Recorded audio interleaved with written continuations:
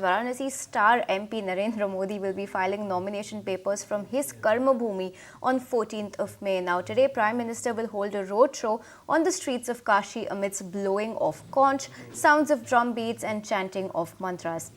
10 lakh BJP workers have been called from all over the country to join the Prime Minister's roadshow. The roadshow will show a glimpse of the achievements of the Modi government over the last 10 years. 100 points have been made to welcome the PM in the 5-kilometer long roadshow. In this, a glimpse of the cultures of mini India and UP will also be seen. The roadshow will start around 5:30 PM and will go on till 8 PM today. And well, Times Network's Ashutosh is joining in from Varanasi on the latest. Ashutosh, take us through what's happening and what's the atmosphere in Varanasi right now. Varanasi के सियासी summer में अब देश के सबसे बड़े नेता और मौजूदा सांसद प्रधानमंत्री नरेंद्र मोदी की एंट्री होने वाली है।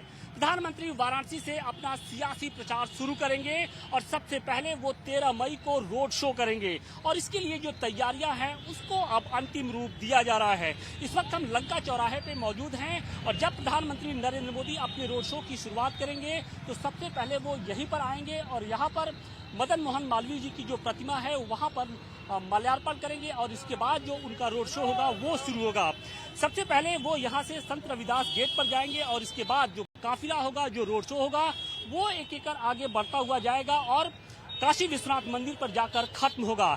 लगभग 4 किलोमीटर का ये लंबा रोड शो है और कहा यह जा रहा है कि लगभग 5 से 8 लाख जो लोग होंगे वो इस रोड शो में शामिल होंगे।